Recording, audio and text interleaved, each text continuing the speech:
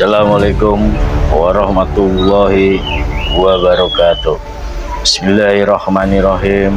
Allahumma sholli ala sayyidina Muhammadin al-fatih lima wal khatim lima sabaq nasiril haqqi bil haqq wal hadilla syiratikal mustaqim wa ala alihi haqqa qadri wa miqdaril azim.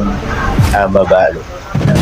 Sahabat Ilas yang dirahmati Allah, puji dan syukur kehadirat Allah Subhanahu wa Ta'ala yang telah melimpahkan dan mencurahkan segala rahmat dan nikmatnya kepada kita semua, baik itu nikmat iman, Islam, dan juga nikmat sehat walafiat. Alhamdulillah, kita kembali berjumpa dalam tayangan Tapak Tilas dan Syiar YSPP Official. Saya doakan dimanapun sahabat Tilas berada, semoga senantiasa Allah mudahkan segala urusannya, lancarkan usahanya, murahkan rezekinya, dan disehatkan badannya. Yang terpenting diberikan keberkahan dan keselamatan dunia akhirat. Amin amin ya robbal alamin ya Allah. Oke sahabat Tilas, kali ini kita akan membahas ancaman bencana megatrust dan tsunami 34 meter. Apa yang mesti kita lakukan? Tapi sebelum itu, seperti biasa, ngopi dulu, kopi manis yang butek. Bismillah.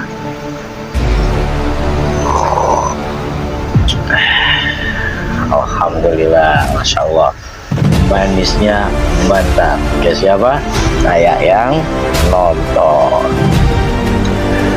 Temennya jangan ketinggalan, budetnya jangan lupa.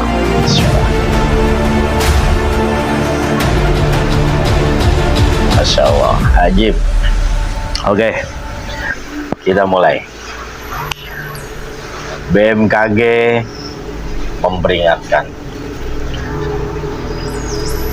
adanya ancaman bencana sebelum maupun setelah terjadi gempa 5,6 magnitudo di Cianjur. Itu bisa memicu ancaman gempa yang lebih dahsyat lagi, karena memang sudah memasuki siklusnya, yaitu baik dari sesar-sesar yang ada di beberapa daerah, di beberapa provinsi yang ada di seluruh Indonesia, khususnya Pulau Jawa dan Sumatera. Salah satunya adalah ancaman gempa dahsyat dan juga tsunami yang bisa mencapai tingginya 34 meter. Bagaimana cara kita menyikapinya? Ya nggak gimana-gimana. Apakah mesti panik? Apakah mesti was-was? Waspada itu perlu. Waspada itu perlu. Nah, tapi jangan kehilangan keyakinan. Kenapa saya sebut kehilangan keyakinan? Saya dari sudut pandang seorang muslim, senjatanya orang Islam itu ya doa. Jadi cara kewaspadaannya adalah dari sekarang kita benahi hidup kita. Kita banyak minta ampun sama Allah. Kita perbaiki ibadah-ibadah kita yang sudah kita lalaikan. Kita perbanyak sedekah, ya. Kita banyak memohon ampun, kita bebersih diri. Karena pada intinya yang kita takutkan itu bukan bencananya kan, tapi kematiannya. Lah kalau kita takut mati, memikirkan tentang bencana, bukan berarti juga kita menantang kematian ya. Ntar kayak keluarga yang dia kali sekali, ya, yang katanya ya takut dengan kiamat, dia bunuh diri sekeluarga. Walau alam iswa benar apa enggak. Tapi kalau kita dari seorang muslim, kadang kita nggak ada yang perlu kita takutkan. Kematian itu adalah awal perjalanan, dan kematian itu adalah kepastian. Kullu nafsin za'iqatul maut. Tiap-tiap yang bernyawa itu pasti akan mati. Jadi kenapa kita khawatir? Bukankah kehidupan ini seperti kita berjuang di perantauan, yang mana ketika kita waktunya mudik, pulang kampung, hati kita itu bahagia dan gembira karena bertemu dengan orang tua dan juga sanak keluarga.